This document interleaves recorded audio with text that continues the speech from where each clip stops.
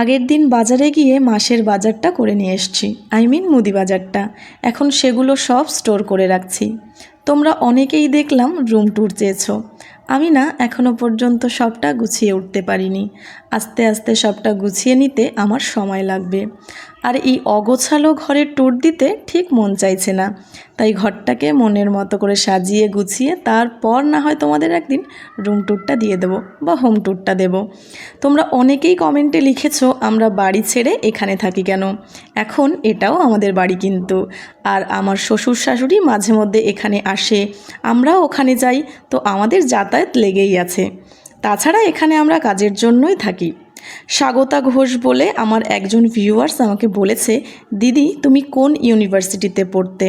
তো স্বাগতা, আমি কল্যাণী ইউনিভার্সিটিতে পড়তাম গো। তোমরা অনেকেই আমার কাছ থেকে ওটসের রেসিপি আর এবিসি জুস আমি কি করে বানাই সেটা জানতে চেয়েছো। আমি আলাদা আলাদা দুটো ভিডিওতে তোমাদের বলে দেব। আমার তো এখন এবিসি কিউবগুলো স্টোর করা আছে, তাই কিছুদিন পর যখন ওগুলো শেষ হয়ে যাবে তখন আমাকে আবারও কিউবগুলো বানাতে হবে।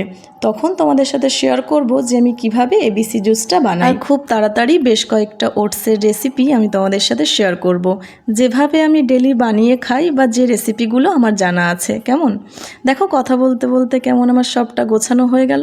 তো আজকে আসছি, দেখা হচ্ছে কাল। টাটা।